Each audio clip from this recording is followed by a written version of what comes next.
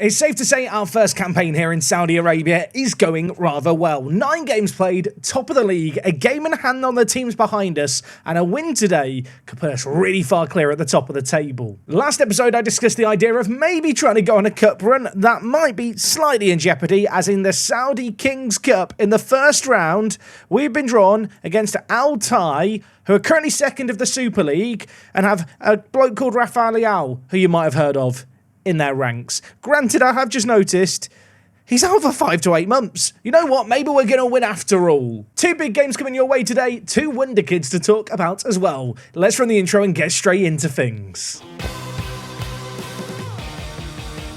Yes, folks, how is it going? And a warm welcome back to Al Aroba FC. I hope you guys are doing absolutely amazing. Happy Wednesday. Let's discuss those 2 Wonderkids that I mentioned. And maybe it's generous to describe them as Wonderkids, but I'm going to describe them as Wonderkids.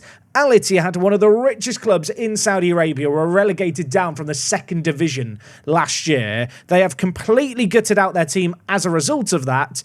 And while I've swooped in and stolen their best young players. Yeah, if there are any Al Ittihad fans watching, I am sorry. Of course, Saudi Arabian players are at an absolute premium. They are worth so much. So to sign both these players for relatively minute fees felt kind of good. Both signed off their youth contracts they were on down in the 3rd division. The first player we have is Sultan Al-Dosari. Really, really good centre-back. Great in the air. Little bit of potential about him as well. Of course, both these players I'm signing are centre-backs. The other player that we have is Al Shankiti. He is a slightly different centre-back. Not quite as good in the air, but has very, very well-rounded physicals. He is consistent, but can't header the ball annoyingly. But to get these 2 players for a combined £500,000 felt really, really nice. And just as a little reminder for how our team is constructed, we are, of course, allowed 6 foreign players in our team. And one of those foreign player spots right now is used by Deji.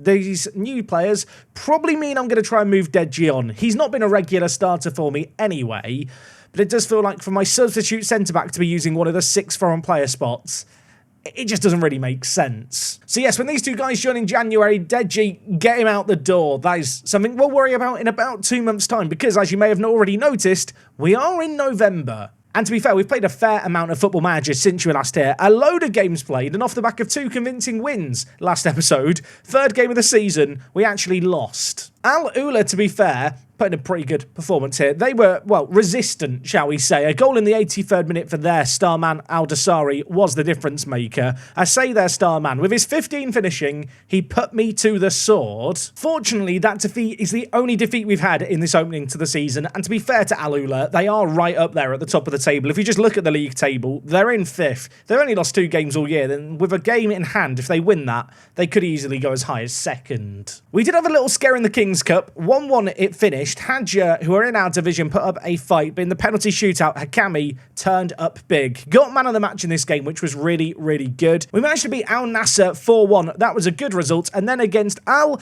Entisar Club, we won 2-1. They're currently in 3rd. I didn't realise how big this win against them was. This was a game which for large spells we did dominate, but well, half an hour into the game, they scored from the penalty spot. From there, though, we start the second half well. Akdag, just doing Akdag things. Put it in, a bit of fortuitousness about the way it felt at Abassi. And from there, in the dying embers of the game, and I really do mean the dying embers, look at the clock in the top left. Truawali inside Al-Khani. Abassi through again. Grabbed his 2nd goal. Following on from that, back-to-back clean sheets was nice, but in our most recent game, a 1-1 draw against a team right down at the bottom of the table. This was annoying. We did dominate the game. We didn't score enough. Al-Khani opened up the goal scoring in this game. Of course, our main striker, the man who I've thrown far too much money at so far. Kind of so good for him. I think he's got 5 goals in 9 games so far, but he has also got 4 assists. His goal in this game wasn't enough. They scored, well, you're going to see how they scored. It was quite a nice finish, to be fair. Long shot, bottom corner. That happened in the 16th minute. We did not respond. So that little blip there is lingering in the back of my mind. But in spite of that, we are top of the table with a game in hand. Yeah, we were able to delay some fixtures due to international duty. We've had a lot of players being called up for various squads. If I do want to find a positive, we've already taken on Al Okdud and beaten them. We've beaten Entisar as well. We've beaten Al Ain and Ula we've already played. Today's opposition are the team in 6th. Once we've done this, we've played a lot of the tricky games, hoping that we can maybe go on a winning run. I mean, obviously, I'd like to just go on a winning run immediately, but away from home against Al Shula, it's not necessarily going to be straightforward. Now, tactically, we've not really deviated from how we started off the season. It's been a pretty reasonable start by all accounts. Trawally, who of course was injured at the start of the year, has come into the team and been playing pretty well, as is indicated by the ratings. It has meant that Al-Sabai, who is obviously playing amazingly out on the left, he's back in that box-to-box midfielder role. Abbasi's popped in with some big goals, 3 goals, 2 assists to his name. Of course, he was the reason we were able to get that 2-1 win recently. And in terms of things at the back, there is one minor change. Deji, who I've said he isn't going to be the regular starter for us, he's actually starting today's game. That is because Al-Harbi, who is now, as you can see here, accomplished at centre-back, he is out suspended. This guy, though, looking like he is going to be a really good centre-back option for us. Just for a little bit of context, I think this is always nice to do. Otto Hoffmann is their key man. He is a right-back. He's better than Mark. I'm hoping we can keep him quiet. Okay, away from home in this game, I didn't realise they've actually lost their last 2 games in a row. So this feels like the kind of game we should be winning, but they are running a 4-2-3-1, which I do feel like matches up quite nicely against us. I'm still expecting a win here. The big challenge today is going to be that cup game against a team running away with things at the top of the Saudi Pro League. Of course, we're playing in the Yellow League, the division below that, and today we are the team in yellow watching Sabai go on an absolute adventure. Mohammed Al-Khani, back to Mark, he dinks it, Akdag, Al-Khani, what a goal that is. That's actually such a good goal. Al-Khani with the goal.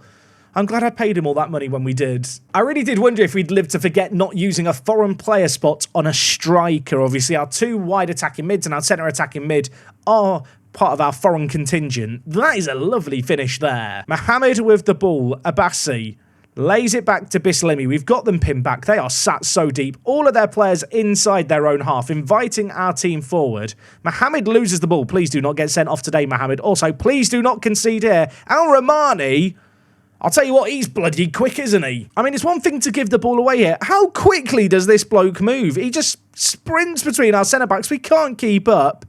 Deji left for dead, and Hakami couldn't stop the one-on-one. I am going to check his pace. I'm going to be really annoyed if he's not quick. 14 acceleration, 13 pace. It looked quicker than that, didn't it, in the match engine? Okay, 15 minutes into this game. We want to respond immediately if we can. Of course, in our most recent match, we drew 1-1 in a game where we took the lead in a similar time, actually, to this game, and threw it away. That shot from range was speculative. We do still have a corner, so good to see us at least mounting some immediate pressure. Bit disappointing we've not been able to keep a clean sheet. The ball near post is dealt with. Trawally, can you not be a Wally? Can you do something with it? Akdag goes down. It's a penalty.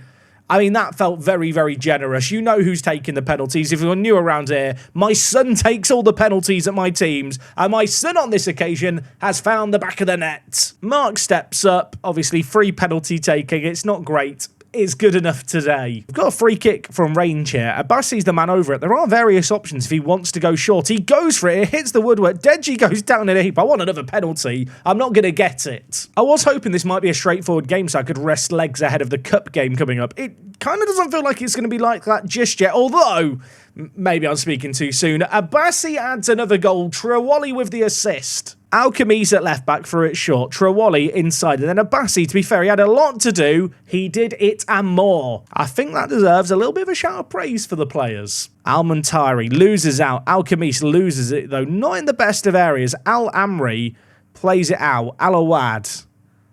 I feel like they're playing with fire and they are in danger of getting burned. That is an awful pass by their keeper. Al-Khami. Okay, Abbasi. Fair. Oh, he's offside. It was such a good goal too. Was he offside? Oh, okay. It was Al-Khani the moment before. He was just about, to be fair. Thomas Ribeiro with the ball for them. They are still persisting with this playing out of the back malarkey. We're playing pressure. Goodman gives it away. Akdag. Al-Khani. Oh my word. What a goal that is. That one is not offside. What about that for a finish? On the banger scale, with 1 being a P-roller and 10 being a certified banger, I'm going to say this is a certified banger. The volley from Akdag, the half volley by Al-Khani.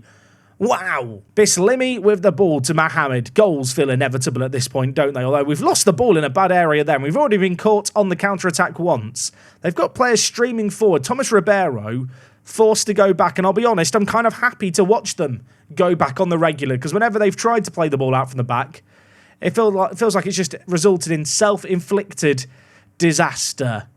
And, oh my word, it can happen again. Abbasi has an option. It's Akdag. He turns on the afterburners. He shoots. It's 5. It's pretty good, isn't it? I mean, look, loads of these goals have been scored the exact same way. They're trying to play the ball out from the back and it's not working, but take nothing away from some of the finishing we've seen here. That is a stupendous effort. Half-time in this game, 5-1. We definitely don't need to overcomplicate this. Al-Khamis with the ball. Mohamed Bislimi plays it inside. That is nice. Al-Sabai, Al-Khani. Another? No, not on this occasion. The woodwork denies us. We're only 10 minutes into the second half. You know what? I'm going to rest up some of the big guns here. Let's bring on some of the players that don't get to play enough. And to be honest, at this point, I'm just saving some legs, especially in the final third for the upcoming cup game. Safe to say this second half has calmed down a little bit compared to the first, but the job was done inside the first 45. The time is just ticking away.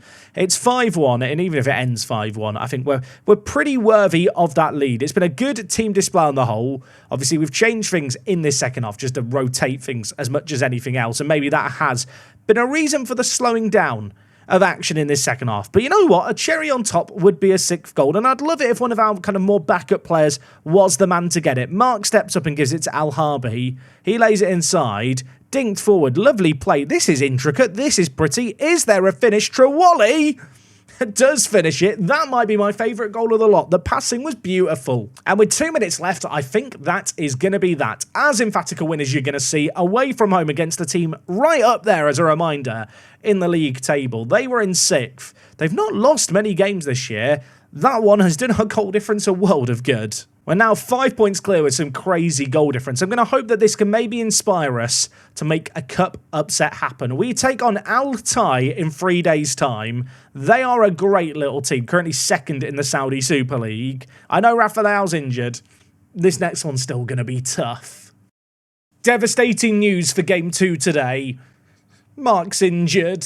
Now, granted, he can play 45 minutes, so you know what, we'll put him on the bench in case of emergencies, but Al-Harbi, who's been my go-to centre-back, is today going to play his 3rd position of the year. He's playing at right back. And of course, our opposition today in Al-Tai are a rather scary team. If we just look at the Saudi Pro League and the season preview, you can see they did finish in the Asian Champions League spots last year. Their media prediction for this year was 7th, but they're still right up there, currently 2nd in the league. I mentioned the fact they've got Rafael, who's not actually available.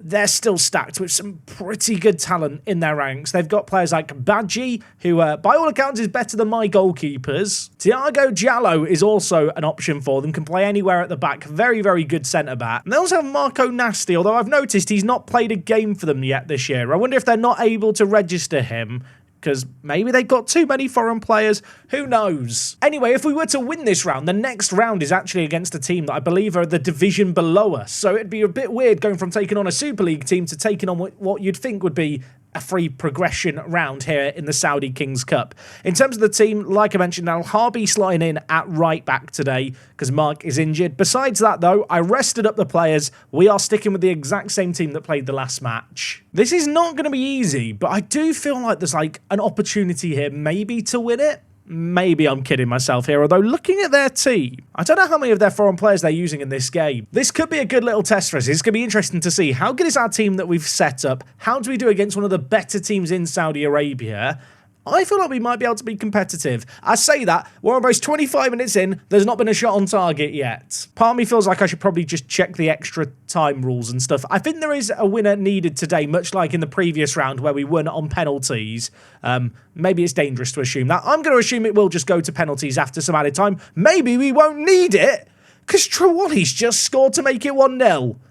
Although there is now there's VAR. There's VAR in the Kings Cup. I hate it. I've avoided VAR for so long in this save game, and finally it's rearing its head. Is it onside? It's not onside. I thought we'd had a dream start inside the first half an hour. The ball was switched over to Trawali, who shot.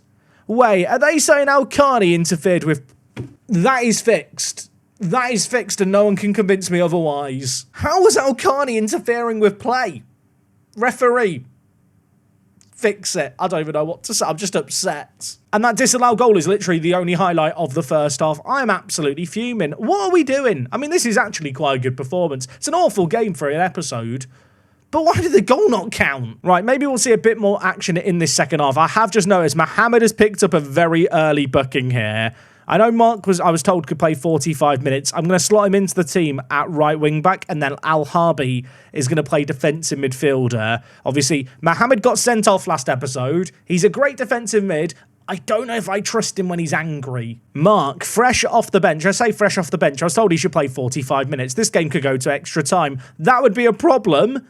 Except we've just scored through Trawali. I feel like I've spent loads of time bigging up Akdag. Actually, Trawali on the left wing has been equally as good. Granted, that cross there by Akdag was superb. Not sure what their keeper was doing. I am having a look through their team here. Their striker is on £40,000. I don't know. Have they rotated their team a bit here?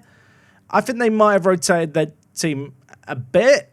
But, I mean, you can only beat the team put in front of you. And we are definitely beating them. The more I'm looking at their team here, the more I'm realising they are playing a B team against me, which is a bit annoying. I mean, suddenly there's only 25 minutes left in this game. It's been one moment of magic between our two wingers that could end up being the difference maker. Suppose we should make some changes here. Al Basha, I'm going to bring on. Al Khani, the only thing he's done all game was be stood offside for that disallowed goal. I'm going to bring in Al Atabi here, who, to be honest, I thought we might call upon more often. He's made 4 appearances on off the bench. Not scored yet. Today would be a good day to score. Okay, well, I've made the subs and I've just clicked back into the game. We've scored. We've scored as I've clicked back in. I mean, I've just subbed off for Bassi. Am I confirming the subs? I mean, that's awkward, isn't it? I've literally just made arrangements to sub him off the pitch and he's put it in. Mark, by the way, tucking inside as the inverted wing-back, played it forward. Is another Akdag assist. Fizzed in. Really nice finish by Abassi. I still feel like fresh legs is probably a smart thing to do, so I'm going to confirm the changes. I'm really sorry. Abassi scores, instantly hauled off the pitch. But there's only 10 minutes left here, and yeah, it's their B team we're playing against. But I want to go on a cup run this year. Like I said, our next opposition in this cup is a team in the division below us. That should be a free win.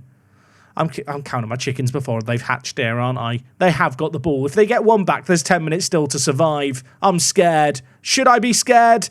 I think I should be. Daguerre has made it 2-1. Defensively, I don't know what the defensive shape was here. We were pulled out and, well, inside out and just all over the place. Mark let his man run and his man has punished us. Right, you know what? There's 5 minutes left. I'm going to be sensible. I'm going to go to balanced mentality. We're not going to look for the overlaps anymore. Shorter passing. Play out of defence. In transition. Just get it to the centre-backs and the full-backs. Let's just play it out from the back and try and control possession. For the last, 5 minutes here, why did I make changes? They're on the attack. Although Mark's won it. Mark, turn hero. That's a kind of crazy switch of play. Al Basha, who I brought in, is bringing it forward. There are options in the middle. Al Harbi is one of them. It's 3-1. Everything was fine. I was not worried one little bit. The Al Harbi who scored there, by the way, was our defensive midfielder. Of course, we've still got loads of Al Harbis in the team. I have to work out which one it is when the name pops up. He's popped it in.